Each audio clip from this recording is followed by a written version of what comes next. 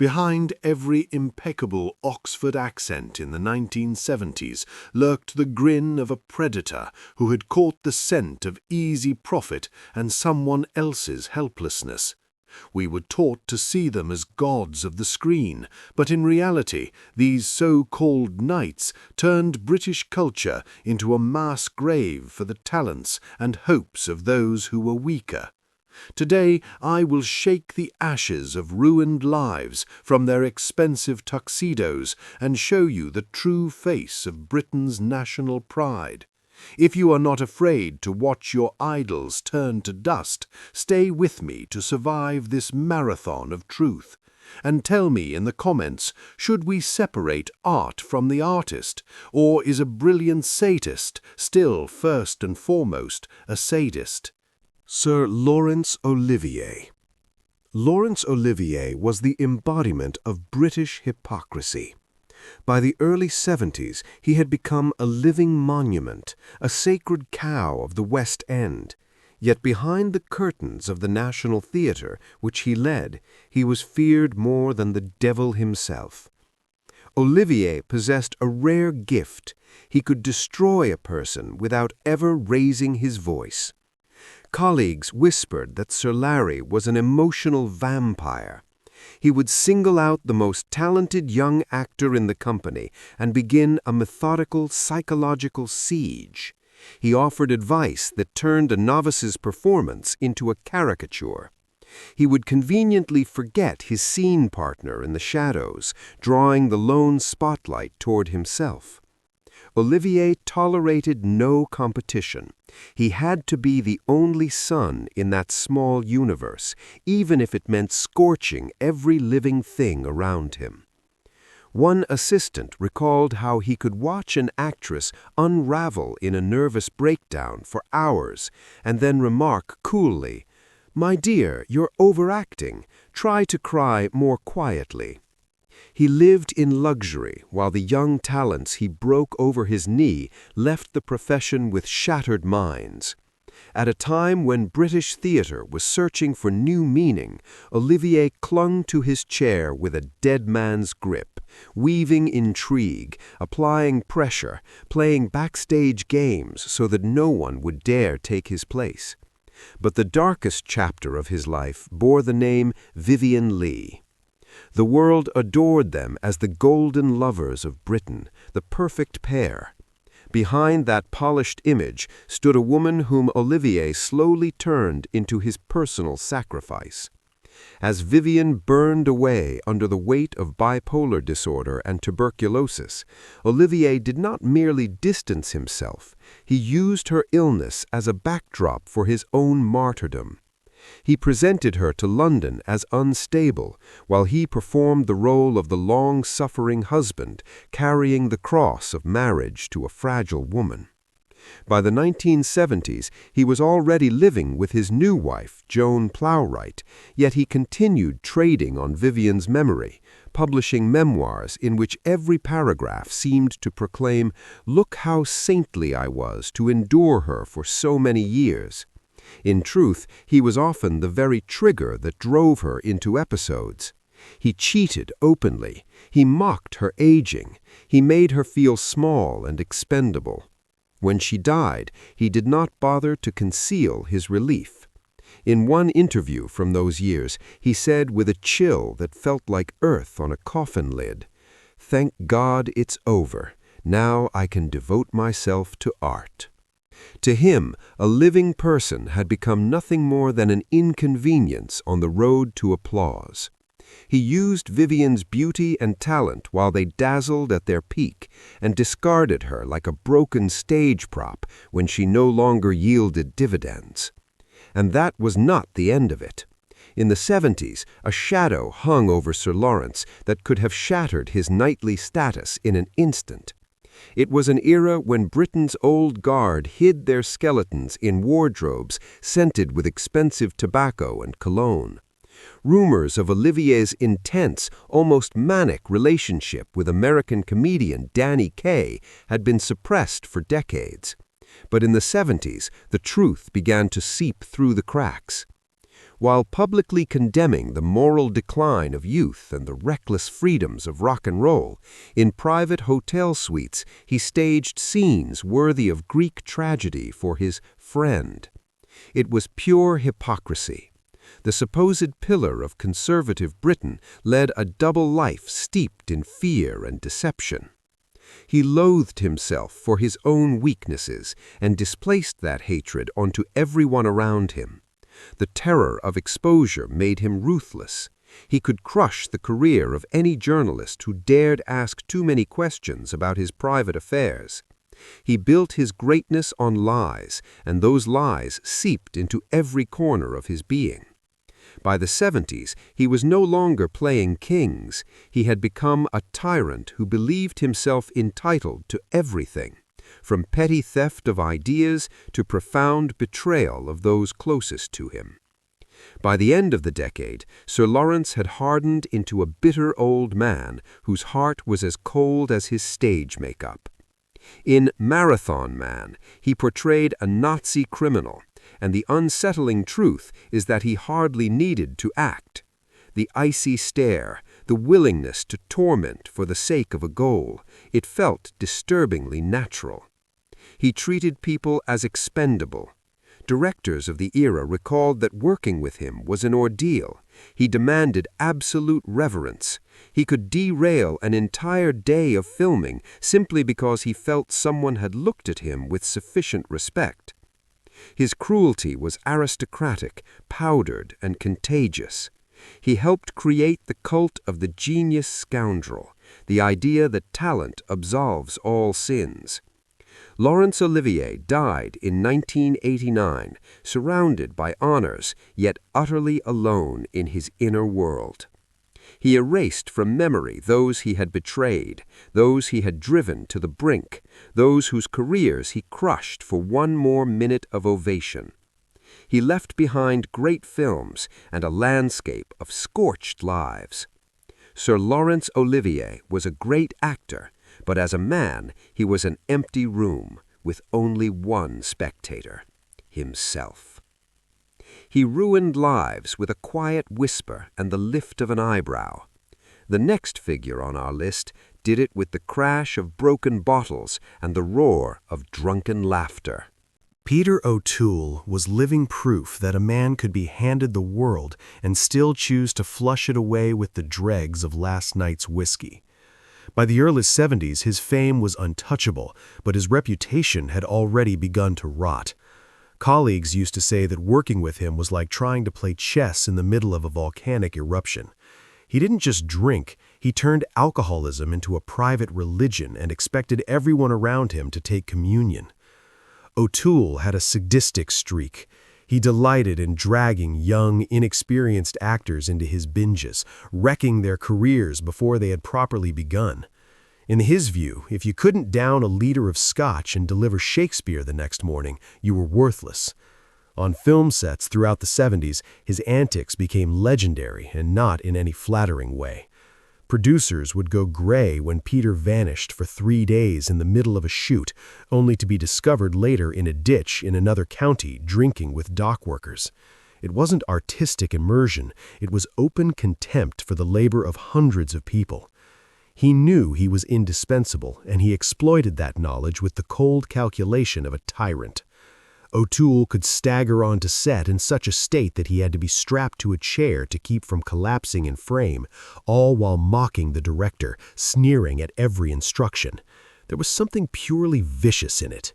He reveled in his power over the process, holding art hostage to his addictions. If on set he was a force of uncontrollable chaos, at home he was something worse, a domestic tyrant. His wife, the actress Sian Phillips, spent 20 years with him, and every one of them was a struggle for survival. By the 70s, their marriage had collapsed into ruins reeking of humiliation and cruelty. Peter didn't merely cheat on her, he did it brazenly, as if to underline that she was nothing more than a pale shadow in the glare of his brilliance. People whispered that he would bring some random girl from a bar into their shared bed and expect Sian to cook them breakfast the next morning. It was psychological sadism refined to an art. He envied her successes, belittled her talent, drove her to nervous breakdowns, and when she stood on the edge of despair, he would switch on his famous Irish charm and calmly persuade her that she was the unstable one. Gaslighting performed by a master. Throughout the 70s, Sian lived in a state of constant dread. She never knew whether her husband would return home drunk and jovial or drunk and violent. His cruelty was domestic, suffocating, steeped in the stale air of everyday life. When she finally found the strength to leave in 1979, Peter staged a grand performance of wounded martyrdom, presenting himself as the abandoned victim. In truth, he had simply lost his primary target and could not forgive her for escaping. Perhaps most shocking of all was his utter disregard for his own body, which he paraded as a badge of freedom. His insides were literally deteriorating. Doctors removed a significant portion of his pancreas and intestines, yet barely out of anesthesia, he was demanding a glass of strong gin.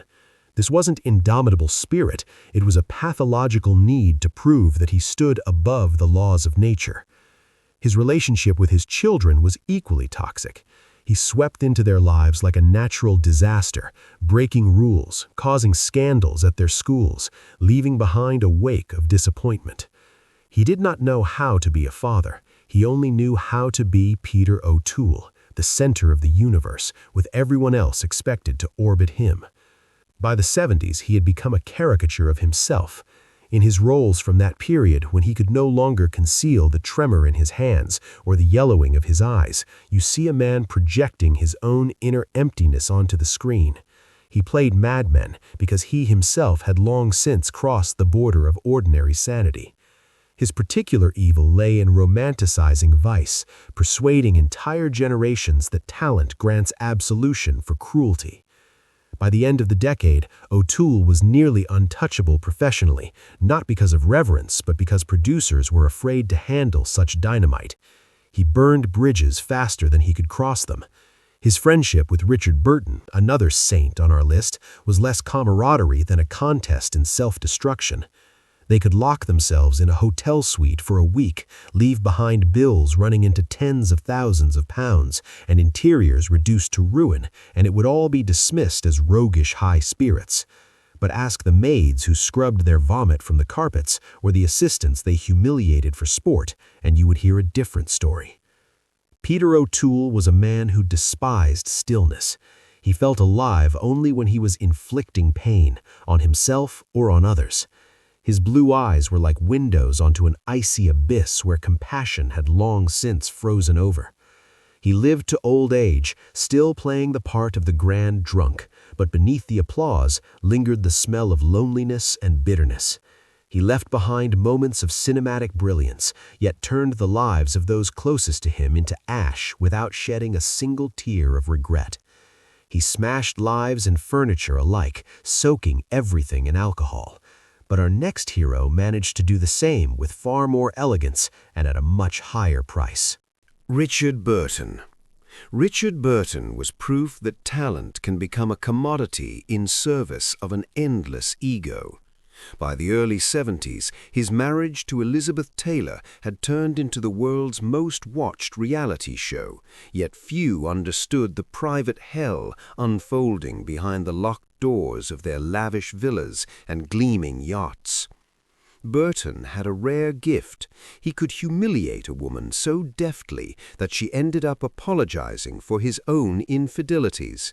In the 70s, their relationship devolved into a relentless contest of who could drink more and shout louder. Richard, forever haunted by insecurities about his working-class Welsh origins, vented his bitterness on Elizabeth. He mocked her weight in public, belittled her talent, sneered at her dependence on pills and applause. He bought her rings that cost as much as the annual budget of a small nation, not out of love, but to silence her after yet another scandal or violent outburst. Yes, the knight of the screen did not hesitate, in a drunken fury, to raise his hand against the woman once called the most beautiful in the world. It was cold, calculated cruelty. He knew that without him, Taylor was only half the legend, and he exploited that bond with the precision of a seasoned inquisitor. He chained her with diamonds, turning a living woman into a display case for his wealth, while she slowly drowned in depression and medication. If he treated Taylor like an expensive possession, he treated colleagues and staff in the 70s like dirt on the soles of his Gucci shoes. Co-stars recalled that he had become unbearable. He could halt a take to complain that the cameraman was breathing too loudly, or demand a specific brand of champagne at 3 in the morning in the middle of nowhere. His arrogance had no ceiling. He claimed to despise acting, dismissing it as an occupation for empty heads, yet demanded royal fees for every appearance on screen. Burton in the 70s was a man who had sold his soul for the privilege of looking down on everyone else. His condescension was a form of psychological violence. He loved inviting people far poorer than himself to his parties, only to flaunt his wealth and mock their so-called provincial manners. He was the kind of tyrant who donated millions to charity, yet reduced his personal driver to tears over a speck of dust on the car mat. His brand of cruelty was luxurious, polished, and entirely counterfeit. The most repellent aspect of 70s Burton, however, was his attitude toward his own talent and the devotion of his audience. He deliberately chose inferior roles if the paycheck was higher, openly admitting he did not care about the quality of a film so long as his bank account grew. He betrayed the expectations of millions, transforming himself from a towering Shakespearean actor into a walking billboard for jewelers. His love story with Elizabeth Taylor during this period was pure marketing. They separated and reconciled precisely when public interest began to fade. It was a cynical business built on emotion. Burton perfected gaslighting on a global scale. He sold the world the myth of epic romance, while backstage he and Taylor hurled insults at each other that would have made sailors in Cardiff blush. He was a pathological liar who believed his own fabrications as long as they paid dividends. His particular evil lay in turning his life into a brand, hollowing out everything human within it. By the end of the 70s, Burton had become a shadow draped in jewels and steeped in alcohol. His second marriage to Susan Hunt was little more than a clumsy attempt to escape Taylor's shadow, yet even there he remained a petulant despot. His body began to fail him, but his appetite for money only sharpened. He was a man who possessed everything and felt nothing but bitterness. Richard Burton died in 1984, leaving behind a collection of stones worth millions and a collection of memories held by those who despised him, memories worth far more. He was a great actor who chose instead to be a great accumulator, and therein lay his tragedy. Everything he touched withered, because his hands radiated not warmth, but the cold glitter of gold. He bought women with diamonds and shattered their will with brandy. But the next figure on our list is not merely cruel, he is something darker, an abyss that hid for decades behind the mask of a benefactor and an eccentric. Jimmy Savile stands as a symbol of how an entire system can become an accomplice to a monster. By the early 70s, his show Jim'll Fix It had made him one of the most powerful figures in British media. He made dreams come true for children, and behind the scenes, he turned their lives into nightmares. In the 70s, Savile wielded a kind of influence that would have made kings envious. He enjoyed unrestricted access to hospitals, children's homes, and boarding schools. Wherever he arrived with his entourage and television cameras, he left behind a trail of shattered lives. BBC colleagues later recalled that during those years, Jimmy was utterly untouchable. His dressing room at Television Center was a place security guards hesitated to enter without knocking, and executives made a deliberate effort not to notice the procession of tear-streaked teenagers emerging from behind its door.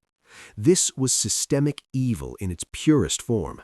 Savile built a cult of personality around himself, fortified by fear and by the vast sums he raised for charity. He understood that as long as he delivered ratings and posed for photographs with the Prime Minister, any eccentricity would be forgiven. In the 70s, he effectively purchased the right to commit crimes, shielding himself behind the halo of his supposed good works. Perhaps most repulsive was his pathological fascination with morgues and psychiatric institutions. All of London whispered about his strange hobby, yet no one dared say it aloud. Jimmy volunteered as a hospital porter, spent nights wandering the wards of the critically ill, and, as would be revealed decades later, committed acts of abuse against the most defenseless patients. It was a darkness beyond ordinary comprehension. He reveled in his power over those who could not resist, who could not complain, because no one would believe them over a national hero. Throughout the 70s, Savile perfected the art of manipulation. He presented himself as an ascetic eccentric, living in a van, running marathons, while at the same time owning luxurious apartments where he hosted gatherings that would have embarrassed even the most decadent Roman emperors.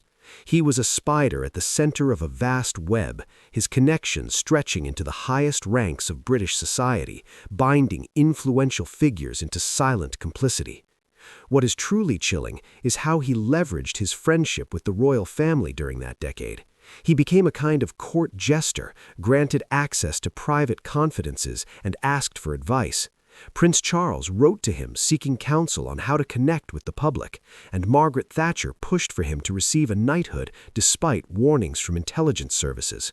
In the 70s, Savile transformed his reputation into an impenetrable shield.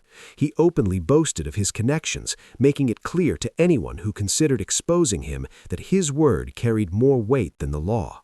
His evil was intellectual, meticulously calculated. He chose victims from the most vulnerable corners of society, knowing their voices would never echo in a courtroom. He was a master of intimidation, capable of conveying with a single glance or an offhand remark that a life could be quietly destroyed if a mouth dared to open. By the end of the decade, Savile had become a shadow ruler of British television. His Broadmoor charity raised millions, and he held personal keys to the wards of that high-security psychiatric hospital. There, among some of Britain's most dangerous offenders, he felt perfectly at ease, because he was one of them, only far more cunning. His particular corruption lay in twisting the very idea of goodness, turning compassion into a hunting tool. Jimmy Savile died in 2011, only months before the full scale of his crimes came to light, and was buried with honors, his coffin angled at 45 degrees so he could see the sea. When the truth finally broke, his headstone was torn down and ground into rubble, and his name became synonymous with absolute depravity. He was a predator who consumed thousands of lives, while an entire nation applauded his tricks. Savile concealed his darkness behind gold chains and a grin, but our next heroine brought her darkness straight from Hollywood, unleashing it on British studios with calculated precision. Joan Crawford is what happens when discipline curdles into sadism under the terror of being forgotten. By the early 70s, her American career was on life support, and she clutched at British B-horror films as if they were the last plank in a sinking ship. But she arrived in London not as an actress seeking work. She arrived as a dictator in exile. At Shepperton Studios, they still remembered the day her heel touched British soil. She brought not only trunks of luggage, but an invisible suitcase packed with personal commandments, each violation punishable by professional execution. Crawford in the 70s was obsessed with sterility and control. It was said she could halt the shooting of an expensive scene because she had spotted a fingerprint on a doorknob at the far end of the stage. She ordered assistants to scrub the carpet in her dressing room with toothbrushes and to replace the ice in her glass of Pepsi every 10 minutes by stopwatch. This was not a diva's whim. It was a distilled hunger to break people, to bend them to her will, to make them feel small. She savored the process, watching grown men tremble before her temper. If she treated staff like servants, she treated fellow actors like enemies of the state. In the 70s, her jealousy of youth and rising talent swelled to paranoia. On the set of Trog, she tormented younger actresses, insisting their makeup be made as unflattering as possible, so that she, well into her 70s, draped in an absurd costume, would appear regal by comparison. She wielded gaslighting like a professional instrument, one moment showering someone with praise, the next publicly dismantling them before the entire crew until they stood on the brink of tears. Her cruelty was delivered with a narrowed, icy gaze. Joan knew exactly where the human psyche was weakest and struck without missing. She turned film sets into battlefields where everyone feared even an extra breath. She never needed to scream. She let insults slip through clenched teeth in a tone so controlled it chilled the blood. The most unsettling part of Joan Crawford in the 70s, however, lay behind the doors of her London apartment. Her adopted daughter, Christina, would later publish Mommy Dearest, shocking the world, but British witnesses saw fragments of that madness firsthand. Joan's obsession with control extended beyond objects to human lives. She was known to telephone an assistant at 4 a.m, demanding he come at once to reposition a vase that was, in her words, standing crooked. She tolerated no competition, not even in love. Her romances in the 70s, yes, she still hunted men, became exercises in psychological domination, where the partner was expected to dissolve entirely into her sense of self. She was Hollywood's Black Widow transplanted to the fog of Albion, carrying her venomous habits with her. Crawford hated mirrors because they refused to lie, and she took that hatred on everything that breathed. Her tragedy was that she demanded love through fear, never grasping that what returned to her was only quiet, concentrated resentment. By the end of the decade, she had become a ghost in her vast apartment, surrounded by bottles of vodka and portraits of herself in youth. She avoided daylight, unable to command the way the sun exposed her wrinkles. She died in 1977, and it was said her final words were sharp rebukes aimed at a housekeeper who had begun to pray at her bedside. She was a woman who consumed herself from within, corroded by bile and pride. In her wake, she left dismissed directors, humiliated actresses, and children who would spend years in therapy, untangling the knots of her upbringing. Joan Crawford was a great actress. She was also a formidable tyrant who believed the world was her personal prop room and people were merely figures to arrange, correct, and, when necessary, break. She ruled by fear and an icy whisper. The next figure on our list preferred methods cruder, but no less sordid. Tony Curtis. Tony Curtis is a symbol of how the sweet life corrodes the mind faster than sulfuric acid. By the early 70s, his Hollywood career was already sliding downhill, and a British project was meant to be his lifeline. Instead, Tony arrived with an ego too large to fit even in the first-class cabin of a transatlantic flight. From the very first day of shooting The Persuaders, the British crew understood they had signed a contract with the devil in a silk shirt. Curtis possessed a rare talent. He could be charming for exactly 30 seconds, as long as the camera was rolling, and the moment it stopped, he turned into an aggressive paranoiac. His addictions in the 70s were spiraling out of control. All of London whispered that Tony could not leave his trailer until he had powdered his nose with something far stronger than talcum. It was a selfish, corrosive kind of malice. Curtis had no regard for schedules, budgets, or the people waiting for him for hours in the rain on location. He behaved as though the British should feel honored that he had deigned to set foot on their little rainy island. There was something almost colonial in his attitude, demanding the impossible, humiliating staff for the slightest delay, treating lighting technicians as if they were pieces of furniture. If that was how he treated the crew, his relationship with his co-star Roger Moore was a psychological thriller in its own right. Picture it, the impeccably disciplined English gentleman, and the pill-fueled American star teetering on the edge. It was a partnership forged in hell. Throughout the 70s, Tony's jealousy of Moore crossed every line of reason. He sabotaged scenes, interrupted his co-stars' lines, erupted into tantrums over the absurd claim that Roger's suit fits better. This was the bitterness of a fading narcissist. Curtis knew that Moore was on the rise, a future 007, while he himself was yesterday's headline. That realization curdled inside him, spilling out in constant complaints and public outbursts. Crew members recalled how Tony could halt filming in the middle of the day because he didn't like the color of the sky, retreating to his limousine and leaving hundreds of people idle. He savored his ability to derail the production, clinging to it as proof that he still wielded power. The loudest scandal erupted in 1970 when Curtis was detained at Heathrow Airport. He was found carrying enough marijuana to stock a modest Woodstock. Instead of contrition, Tony turned it into theater, declaring it medicine for boredom. The hypocrisy was glaring. The man who played heroes and champions of justice on screen showed open contempt for the laws of the country that had welcomed him.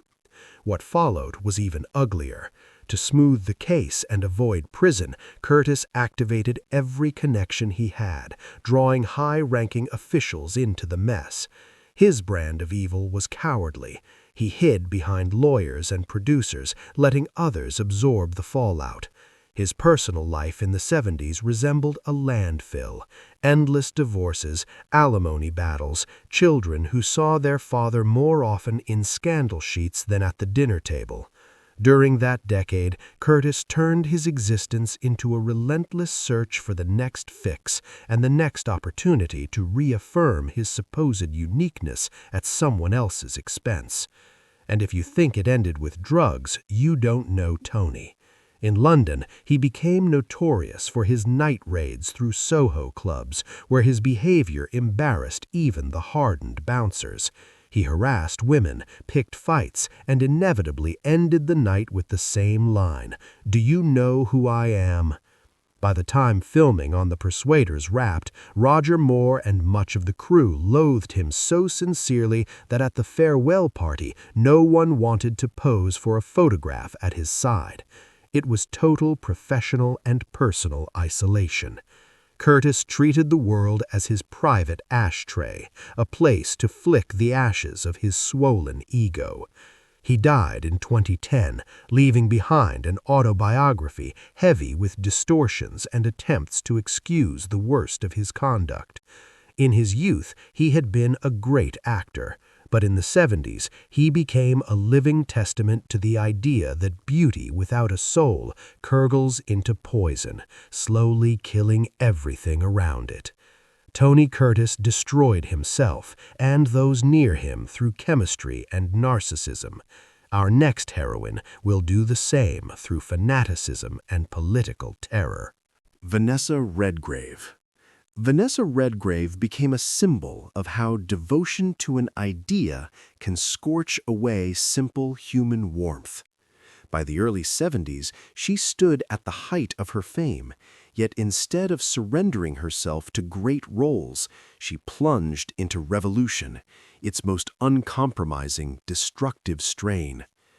Her decision to join a Trotskyist Workers' Revolutionary Party marked the beginning of strain and fracture for many who worked beside her. In that decade, Vanessa wielded an unsettling influence. She could halt a rehearsal to read aloud a manifesto on workers' rights, while the very stagehands she invoked waited for hours in a freezing studio. It was a kind of intellectual severity. Redgrave believed her political mission outweighed obligations to audience or colleagues.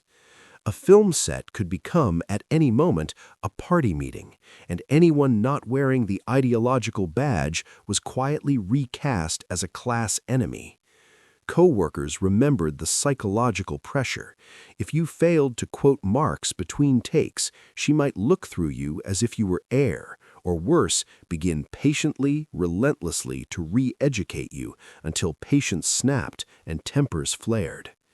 If her ideological fervor made collaboration difficult, her political alliances in the 70s pushed matters further.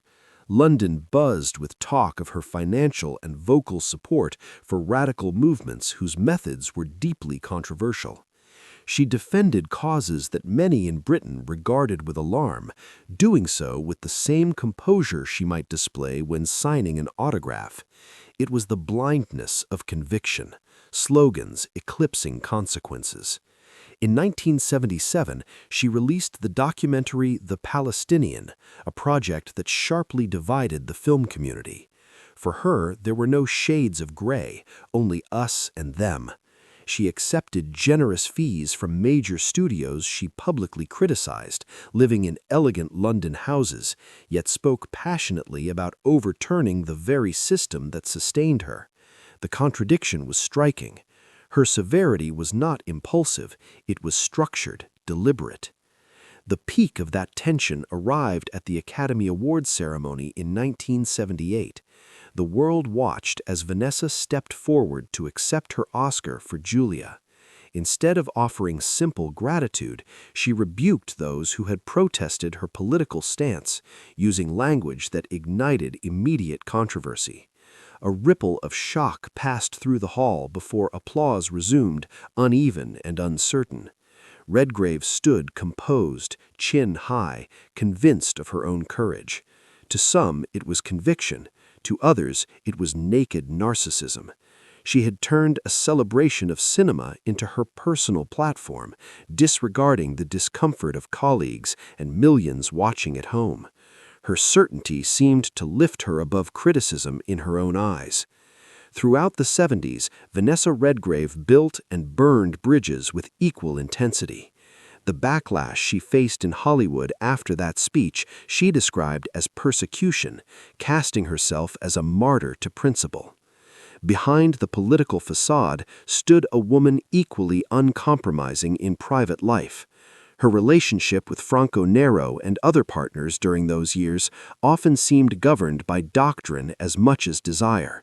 She expected complete alignment with her ideals, transforming intimacy into something close to a moral contract. If a man failed to meet her standard of revolutionary virtue, he could be cut off without hesitation. Her children grew up amid meetings and rallies, their world saturated with slogans and debate. She believed she was shaping new conscious citizens. Critics argued she risked sacrificing ordinary childhood on the altar of ideology. By the end of the decade, Redgrave had become a polarizing figure within the industry, and the isolation only appeared to strengthen her resolve. She wore solitude like a badge of moral superiority, perhaps unaware of how many contracts had quietly dissolved and how many friendships had cooled in her wake. Her severity lay in replacing a living, beating heart with a printing press for declarations. Vanessa Redgrave challenged the world with ideas sharpened into weapons. The next figure on our list preferred a cruder arsenal, physical aggression and chaos unleashed without restraint. Oliver Reed is a symbol of what happens when toxic masculinity is applauded instead of restrained. It metastasizes into a social catastrophe. By the early 70s, he was the highest-paid actor in Britain, yet on set he behaved like a Viking who had just discovered a monastery's ale cellar. Reed had a peculiar gift. He could turn any creative discussion into a brawl. During that decade, he popularized a kind of method brutality, insisting that if you hadn't drunk yourself senseless before shooting a crucial scene, you weren't a real man. There was something brutally physical about his cruelty. Reed terrorized film crews, forcing stuntmen to fight him for real, purely for sport. He despised discipline and treated directors as whining men in scarves. Colleagues remembered that working with Oliver felt genuinely dangerous. He might hurl a heavy object at a co-star or begin choking someone on camera in the name of staying in character.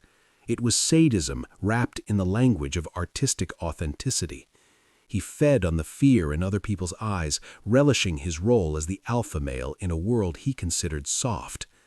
If he was intolerable at work, he was a public menace in his free time. His exploits throughout the 70s read like a police blotter generously overlooked because of his famous face. In London, it was common knowledge. If Ollie walked into a pub, within an hour there would be broken chairs and missing teeth. He delighted in provocation, often targeting the weakest man in the room to demonstrate his strength. This was the cowardice of a bully. Reed surrounded himself with a chorus of enablers who egged him on toward fresh absurdities. Stories circulated of him stripping naked in upscale restaurants or urinating on carpets at the homes of prominent hosts simply to test their mettle. He turned his drinking into a brand, but beneath the raucous humor lay a deep, festering contempt for anything civilized.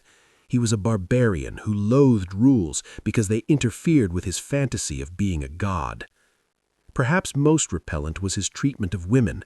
He referred to them as props and openly declared that a woman's place was in the shadow of a great man. His relationships with wives and lovers resembled prolonged interrogations. He demanded absolute submission, staged jealous rages that sometimes turned physical, and the next morning attempted to smooth things over with expensive gifts tossed like offerings. It was the classic cycle of domestic abuse, which Oliver reframed as proof of his passionate nature. In the 70s, he boasted about his romantic conquests, but each triumph was built on the psychological dismantling of another partner. He chose women he could dominate and gradually erased their independence, reducing them to silent silhouettes. His cruelty was intimate, sweaty, and suffocating. Reed in the 70s was a man who believed the world owed him tribute simply for existing and occasionally roaring into a camera.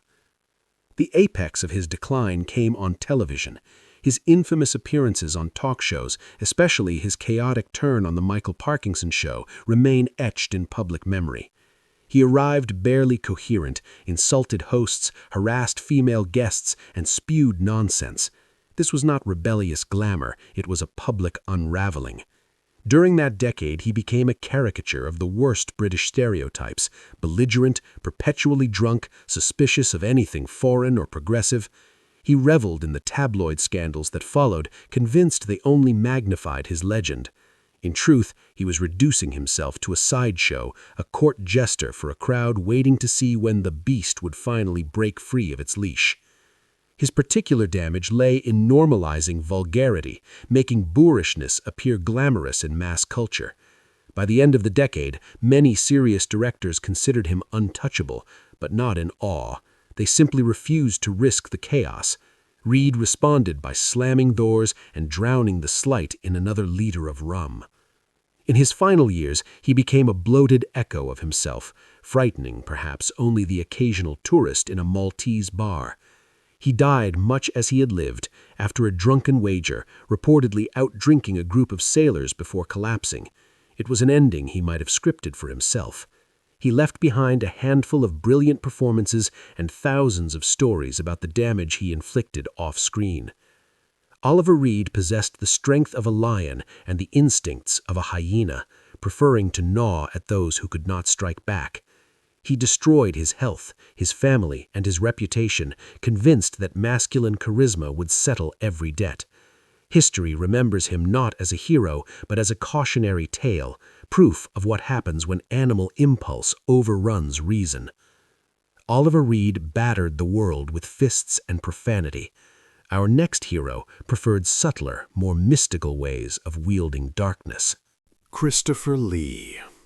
Christopher Lee is what happens when formidable intellect weds shadowed ambition and produces a refined, elegant tyranny. By the early 70s, he was weary, almost mortally so, of the Dracula mantle. Yet instead of fleeing into comedy, he chose to lean deeper into darkness, as if determined to become the living embodiment of the terror he portrayed. His cruelty was cool, calculated, and unmistakably aristocratic. Lee possessed a singular talent. He could make a grown man feel like an ill-prepared schoolboy with nothing more than the lift of an eyebrow. In the 70s, he cultivated a myth of exceptionalism around himself, speaking of ancestral ties to Charlemagne and implying that his knowledge of death surpassed that of any pathologist. It was a cultivated severity of intellect. He delighted in overwhelming conversation partners with discourses on torture, executions, and demonology. Colleagues remembered him on set as a high priest among barbarians. He could lecture at length on the precise sound a man makes when stabbed in the back, citing wartime intelligence experience, while younger actors listened, pale and silent. He fed on that unease. Fear to him was nourishment. What unsettled many even more was his fascination with the occult. London society knew of his vast library of arcane and forbidden volumes, and rumors flourished that he did more than merely collect them. Stories circulated of unusual gatherings in his home, of intense discussions held behind closed doors. He associated with mystics and esoteric thinkers, presenting himself as a guardian of hidden knowledge. It was the hauteur of someone who believed himself above ordinary morality and even, at times, above nature's laws.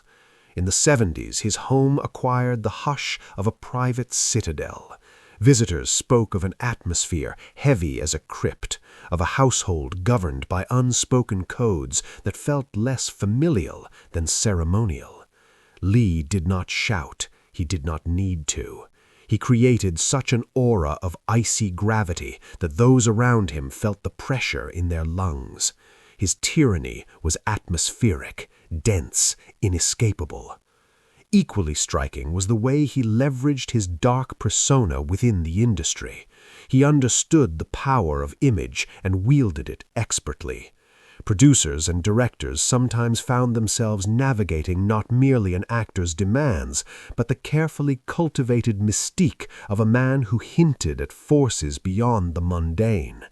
There were stories, perhaps exaggerated, that he would warn of misfortune if certain artistic decisions were ignored. Whether in jest or not, people listened. Christopher Lee in the 70s sold darkness at a premium price, even as he regarded its consumers with cool detachment. His role in The Wicker Man in 1973 became the apex of this carefully shaped identity. He often described it as among his finest achievements. Audiences were struck by how seamlessly he inhabited Lord Summerisle, as though the line between performance and persona had thinned. He spoke of the film's themes with a certain aesthetic reverence, framing its unsettling elements as explorations of belief and power. To admirers, it was bold artistry. To detractors, it was indulgence in his own legend. By the decade's end, Leigh risked becoming captive to the image of the grand sorcerer he had so meticulously crafted. He appeared in public with deliberate restraint, reinforcing the sense that he stood slightly apart from ordinary mortals. His lasting impact lay in romanticizing darkness, wrapping it in intelligence, poise, and gravitas, while remaining, at core, a disciplined professional who understood exactly how marketable that darkness could be. Those who tried to mock his esoteric interests sometimes found themselves quietly sidelined. His influence, connections, and authority were not insignificant. Leigh lived a long life, ultimately revered by new generations, yet those who encountered him in the 70s often recalled a man who kept himself encased behind layers of cultivated myth. He left behind hundreds of roles, each vivid and imposing, but few claimed to know the person beneath the count's cloak and the magician's gaze. Behind the baritone voice and the penetrating stare, there remained an air of distance, a cold self-command that rarely allowed warmth to intrude. He ruled through ancient texts and an unwavering gaze. The next figure on our list relied for far simpler tools: lies, betrayals, and a restless appetite for conquest. Robert Stevens. Robert Stevens is a symbol of how egocentrism can devour even the brightest talent. By the early 70s, he stood at the summit of his profession, yet his inner demons were already demanding tribute. His particular brand of malice was sticky, petty, and deeply unclean. Stevens possessed a rare gift. He could persuade a woman she was the center of his universe, only to betray her an hour later in a theater lavatory with the first willing extra he encountered. Throughout the 70s, he turned his life into an endless marathon of infidelity. His marriage to Maggie Smith, adored by the entire country, served him as a convenient curtain behind which he conducted his affairs. It was domestic cruelty in its purest form. Robert took pleasure in deception. Colleagues at the National Theatre remembered how he could play love on stage with such sincerity that audiences wept, then spend the interval flirting brazenly with his best friend's wife. He did not merely cheat, he approached betrayal like a competitive sport, testing how deeply he could drive the knife into someone who trusted him. He was a master of manipulation. When Maggie uncovered evidence of his affairs, he calmly persuaded her that she had imagined it all, that her actor's imagination was conjuring scenes that did not exist. If at home he was a quiet saboteur, at work in the 70s, Robert Stevens became a director's nightmare. His drinking ceased to be a rakish indulgence and hardened into professional unreliability.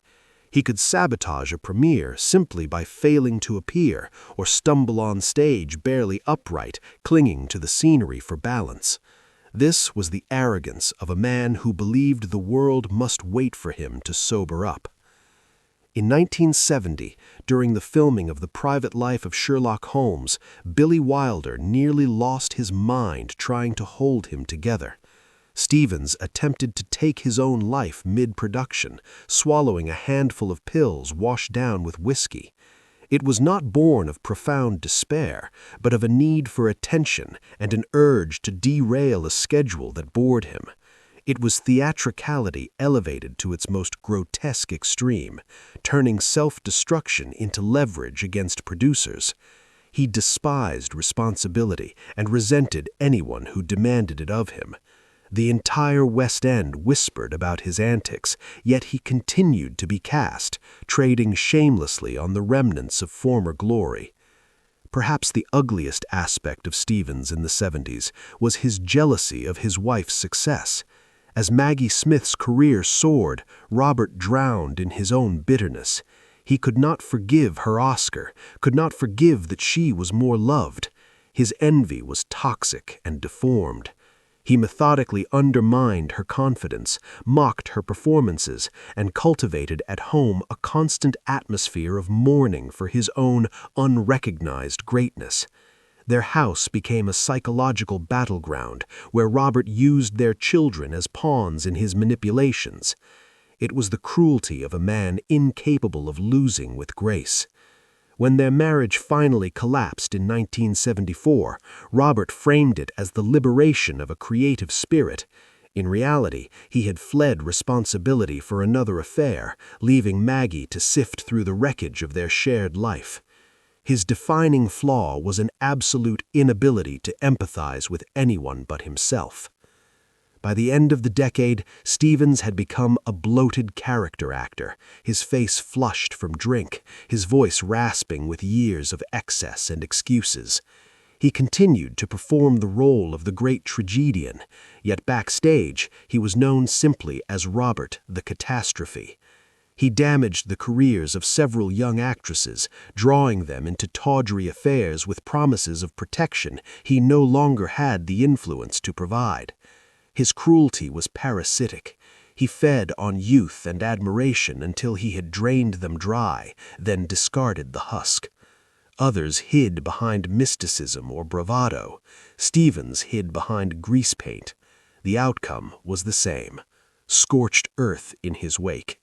He died in 1995, having received a knighthood near the end of his life. But for those who knew him in the 70s, he remained the man who traded love and respect for fleeting pleasure and a bottle of cheap liquor. He lied and betrayed beneath the banner of Shakespeare. Our next hero carried a fury so raw that even the most hardened cynics recoiled from it. Anthony Hopkins. Anthony Hopkins is what happens when suppressed aggression turns into a toxic mist, seeping into everything it touches. By the early 70s, he was already being hailed as the new Olivier, though Lawrence himself reportedly called him an uncontrollable animal. His darkness was volatile, unpredictable, and eerily quiet in the pauses between storms. Hopkins possessed a singular presence. He could fix a scene partner with such an unblinking stare that lines evaporated and knees weakened. It was not always performance, it was a raw hostility toward the process, toward people, toward himself. In the 70s, he transformed his work at the National Theatre into a private battlefield. Colleagues remembered how Tony might abruptly turn and walk off stage in the middle of a monologue because he was bored or because he wanted a drink. It was selfishness elevated to principle. He showed little regard for the labor of hundreds, for audiences who had paid to be there, for the fragile alchemy of theater itself. He seemed to relish his right to be difficult, convinced that talent would absolve him. His rages were legendary. Furniture and dressing rooms bore the brunt of his dissatisfaction if the lighting struck him as wrong or the atmosphere insufficiently serious. The fury could last for hours, then vanish into a chilling calm. If the theater endured his tempests, his home life in the 70s felt to some like a slow haunting. His marriage to Petronella Barker unraveled painfully. He left her and their young daughter, Abigail, at a moment when stability was needed most, later explaining that he felt trapped. It was the logic of a man who cloaked his inability to stay in grand language about artistic necessity. Over time, he grew distant from his daughter, drifting into silence rather than connection. Years could pass without a call. On screen, he embodied depth and sensitivity. Off-screen, he often withdrew into detachment. When Petronella appealed to his conscience, he retreated, into drink, into travel, into absence. His silence cut deeper than anger. Those who loved him sometimes described the ache of being shut out by someone capable of such intensity, yet unwilling to share it. The nadir of that decade arrived with his flight to Hollywood. He left Britain amid fractured professional relationships and unresolved disputes, arriving in America in the grip of alcoholism. There is a story that in 1975 he woke in a Phoenix hotel room, unsure how he had arrived there. Whether embellished or not, it captures the sense of dislocation that marked those years. He pushed away those who tried to help, bristling at perceived slights, meeting concern with hostility. The world to him seemed full of conspirators who had glimpsed his weakness. His performances from that period carried a charge of chaos. He did not so much inhabit roles as detonate them, pouring unrest directly onto the screen. Audiences, transfixed by the intensity, called it genius. It was also the visible strain of a man wrestling himself. By the end of the decade, Hopkins gave up drinking, but sobriety did not instantly soften him, it sharpened him. He learned to package his inner darkness with precision and sell it as art. The volatility became controlled, the edge honed rather than blunted. The foundation of his later image was laid in those turbulent years, a man intimately acquainted with pain, capable of projecting it with terrifying clarity. Yet the cost remained. His first family stood at a distance he rarely crossed. Colleagues from that era still speak of working with him as an experience both electrifying and exhausting. Anthony Hopkins stands as a reminder that brilliance on stage or screen does not guarantee harmony in life, and that applause cannot substitute for intimacy. He unsettled people with silence and sudden flashes of temper.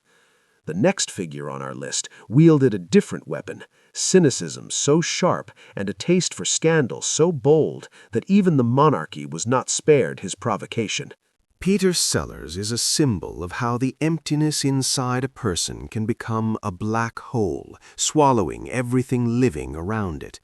By the early 70s, his fame was international, yet his psyche resembled a shattered mirror, each fragment reflecting a different monster.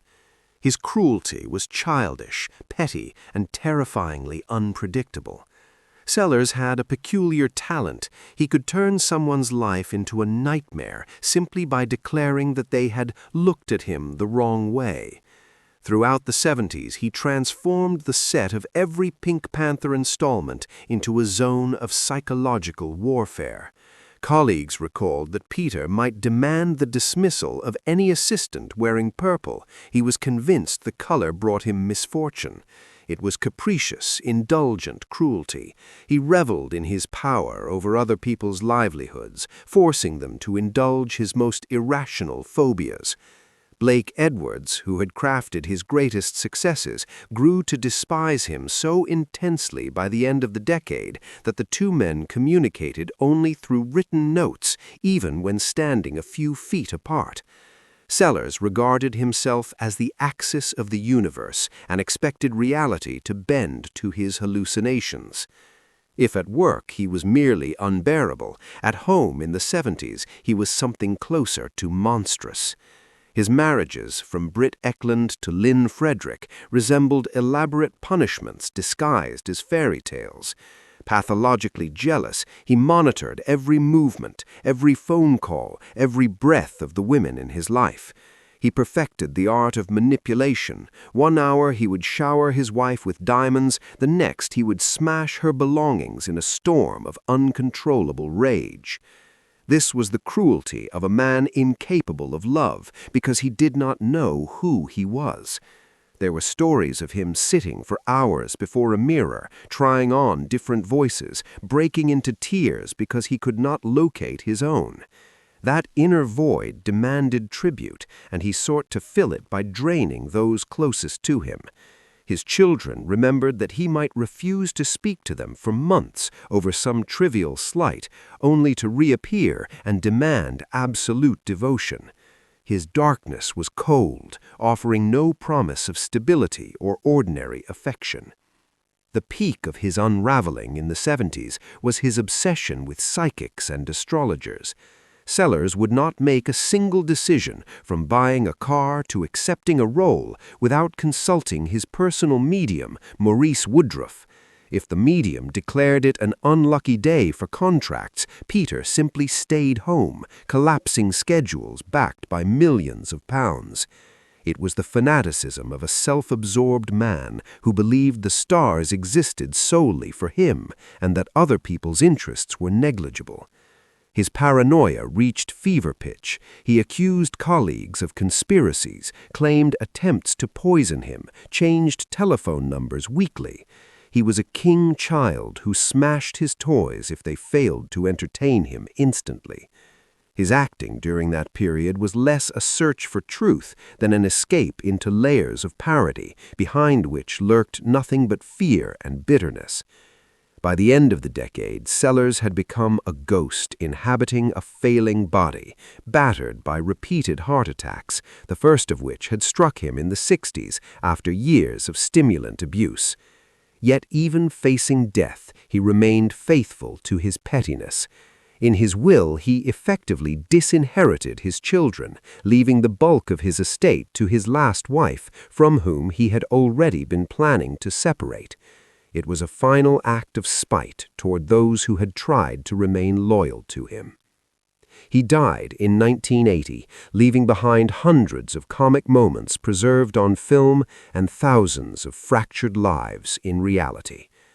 Peter Sellers was a brilliant comedian, but as a man, he was an empty vessel, capable only of consuming the energy and joy of others without offering anything in return.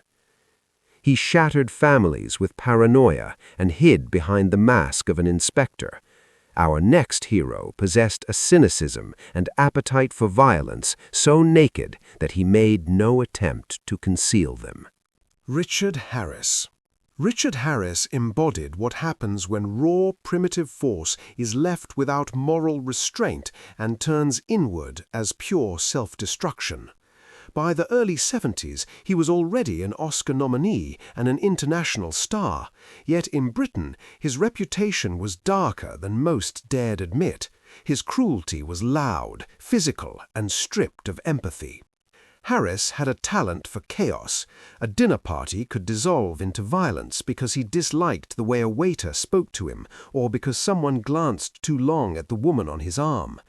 On the sets of films like Cromwell and The Cassandra Crossing, he created an atmosphere of volatility.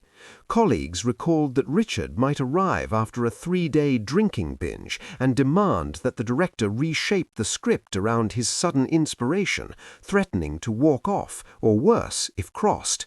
Producers, wary of financial disaster, often yielded. He turned the myth of Irish wildness into a marketable persona, though beneath it lay something far less romantic: intimidation and disregard for anyone else's labor. At home, the turbulence did not soften.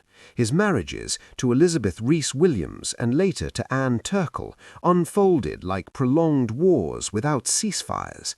He was brazenly unfaithful, recounting his conquests as though they were trophies.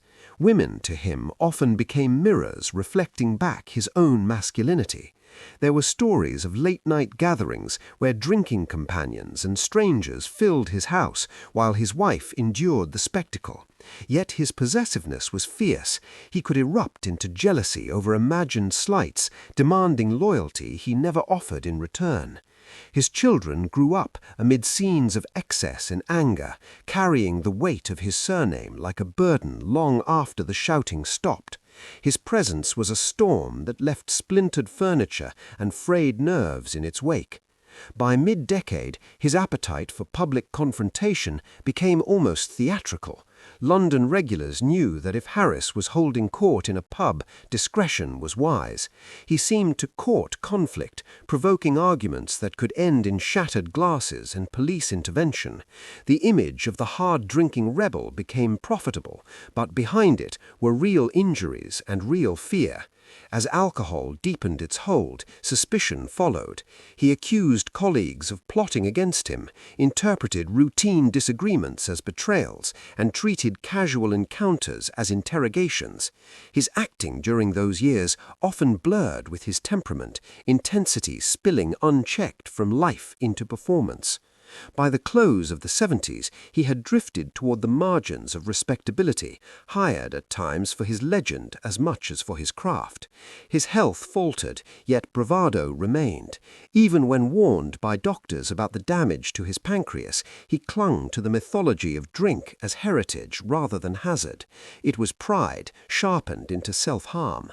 The once formidable tragedian risked becoming fodder for tabloids and court reports, his excesses overshadowing his artistry.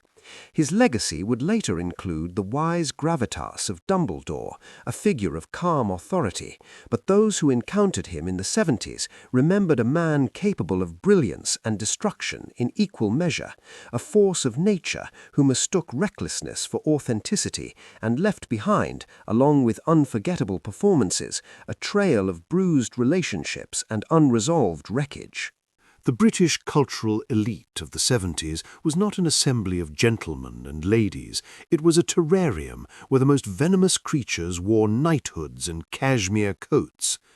We have walked through a succession of rooms heavy with the cold sadism of Laurence Olivier, choked on the fumes of Richard Harris and Peter O'Toole, shuddered at the mystical darkness of Christopher Lee and the glacial fanaticism of Vanessa Redgrave. This decade was not merely an era of artistic exploration, it was a season of unrestrained indulgence, when talent became an indulgence slip, a license to commit the foulest crimes against humanity, morality, and common sense. You have seen how institutions like the BBC and the great film studios constructed protective domes over figures such as Jimmy Savile, choosing ratings over the safety of children. It was a collective madness in which respectability was measured not by conscience but by box office returns and the ability to maintain composure before a camera while something hellish unfolded backstage. The diamond brilliance of Richard Burton and the aristocratic hauteur of Dirk Bogarde were nothing more than thin gilding over rotten wood. The actors we were taught to revere turned out in reality to be emotional vampires, domestic tyrants, social predators who used fame as a hunting license. They did not merely portray evil on screen, they ushered it into the world, polishing cruelty until it gleamed and making vice appear seductive.